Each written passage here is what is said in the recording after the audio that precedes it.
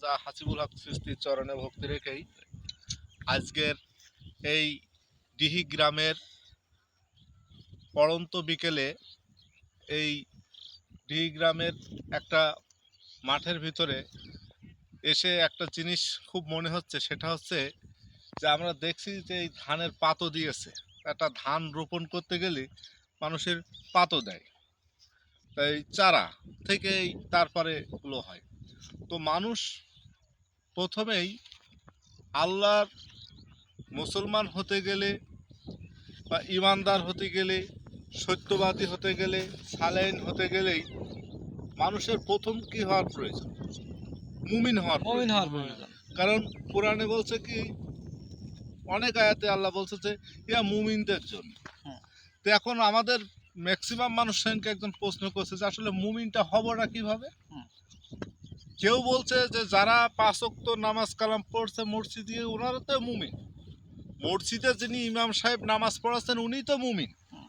যারা বর্তমান সমাজে ওয়াজ নসিহত করে বেড়াচ্ছেন, এই শীতের সময় যারা ওয়াজ করে বেড়াচ্ছেন খুব কষ্ট করে দূর দূরান্ত থেকে, হ্যাঁ, তারপরে বিভিন্ন যারা ডক্টরেট ডিগ্রি লাভ করে এসেছেন হচ্ছে আরবির উপরে, এরা তো মুমিনই। তো টুপি পাগড়ি জুব্বা কায়দা করে সুন্দর করে পরে সেন্ট হচ্ছে আতর গায়ে দিয়ে যাচ্ছে, বলছে কি এরাই হয়তো মুমিন।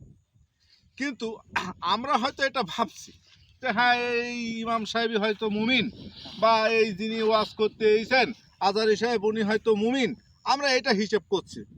আমি রামজা হয়তো মুমিন, এটা হিসেব করছি। কিন্তু আল্লাহ পাক, আমরা তো দেখতে হবে যে আল্লাহ পাক আসলে কাদেরকে মুমিন বলছেন। আমাদের ব্যক্তিগত একটা জিনিস, আর আল্লাহর বলাটা আর একটা বিষয়। কারণ সত্য মিথ্যা প্রভেদকারী হচ্ছে এই কোরআন, সূরা তারিকের 13 নম্বর আয়াত। ঠিক আল্লাহ রাব্বুল আলামিন পবিত্র কোরআনের ভিতরে সূরা হুজরাতের 15 নম্বর আয়াতে আল্লাহ বলছেন, তাহারাই তো মুমিন যারা আল্লাহ এবং রসুলের প্রতি ঈমান আনিয়াছে, হ্যাঁ, এবং তাহারাই ওই রসুলের সাথে থেকে জিহাদ এবং ওই পথেই খরচ করছে জান মাল দিয়ে, তারাই সত্যবাদী সালেহীন হচ্ছে আল্লাহ বলছে। তাহলে একটা মুমিন থেকে তাকে সালেহীন হতে হচ্ছে, তাহলে মুমিনটা প্রথম হতে হচ্ছে।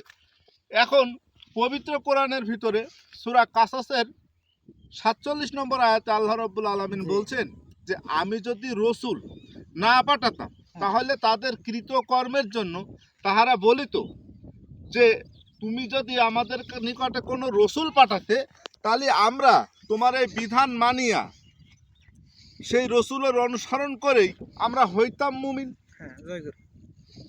তাহলে মুমিন হতে গেলে সাধারণ মানুষ কি বলছে, এই কারণেই আল্লাহ নির্দিষ্ট করে বলছেন সূরা নূরের 62 নম্বর আয়াতে, যারা আল্লাহ এবং রসুলের প্রতি ঈমান আনিয়াছে এবং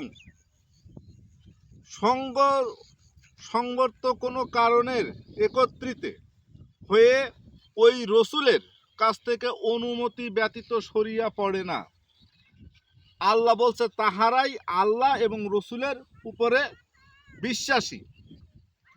এবং আল্লাহ বলছে, হে রসুল, যদি কেউ যেতে চায় তোমার কাছ থেকে তুমি যাকে ইচ্ছা তাকে অনুমতি দিও। তাহলে মুমিন হওয়ার শর্তটা কি? মুমিন হওয়ার শর্ত যে আল্লাহ এবং রসুলের প্রতি ঈমান আনতে হবে। তো পৃথিবীর প্রত্যেক মানুষেরই আল্লাহর প্রতি ঈমান আছে, বিশ্বাস করছে, কিন্তু রসুলের প্রতিও তো এখানে বিশ্বাস আনতে বলা হচ্ছে। তখন বলছে হ্যাঁ আমরা তো মুহাম্মদ রসুলের প্রতি তো বিশ্বাস আছি, এটা বলছে। কিন্তু আল্লাহ এখানে বলছে যে রসুলের সাথে সমষ্টিগত কাজে একত্রিত হওয়ার কথা এখানে বলছে। আল্লাহ বলছে তাহারাই আল্লাহ এবং রসুলের প্রতি বিশ্বাসী এবং মুমিন। তাহলে এখন মোহাম্মদ রসুল তো জীবিত নেই, 1450 বছর আগে মোহাম্মদ রসুল হয়ে গেছে।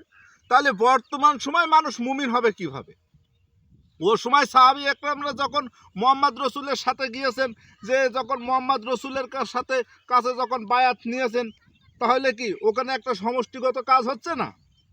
এবং একটা যুদ্ধই যাওয়ার সময় তখন মোহাম্মদ রসুল বলছে যে যার যে অবস্থায় আছো এসো যুদ্ধই যেতে হবে। তো গিয়েছে, তাহলে সমষ্টিগত কাজ একত্রিত হয়েছে। তাহলে বর্তমান সময়ে যদি পৃথিবীতে আর কোনো রসুল না থাকে তাহলে মানুষ মুমিন হবে কি করে? তাহলে মুমিন হওয়ার শর্ত হচ্ছে রসুলের সাথে সমষ্টিগত কাজে একত্রিত হতে হবে। এই কারণেই একজন মানুষ যখন একজন সম্মুখগুরু রসুলের কাছে যে যখন বায়াত হচ্ছে যে এই রসুলের হাত আল্লাহর হাত, এই রসুলের চেহারা আল্লাহর চেহারা, এই রসুলের পা আল্লাহর পা, ব্যক্তি রসুলকে ডিলিট করে দিয়ে ওখানে আল্লাহ বত্র করে যখন সেজদা ভক্তি যেভাবে সাহাবারা মোহাম্মদ রসুলের কাছে দিয়ে মুমিন হয়েছে। আর আল্লাহ সূরা আল ইমরানের 164 নম্বর আয়াতে বলছেন যে আমি মুমিনদের প্রতি অনুগ্রহ করিয়াছি এবং তাহাদের মধ্যে হইতেই আমি রসুল প্রেরণ করিয়াছি।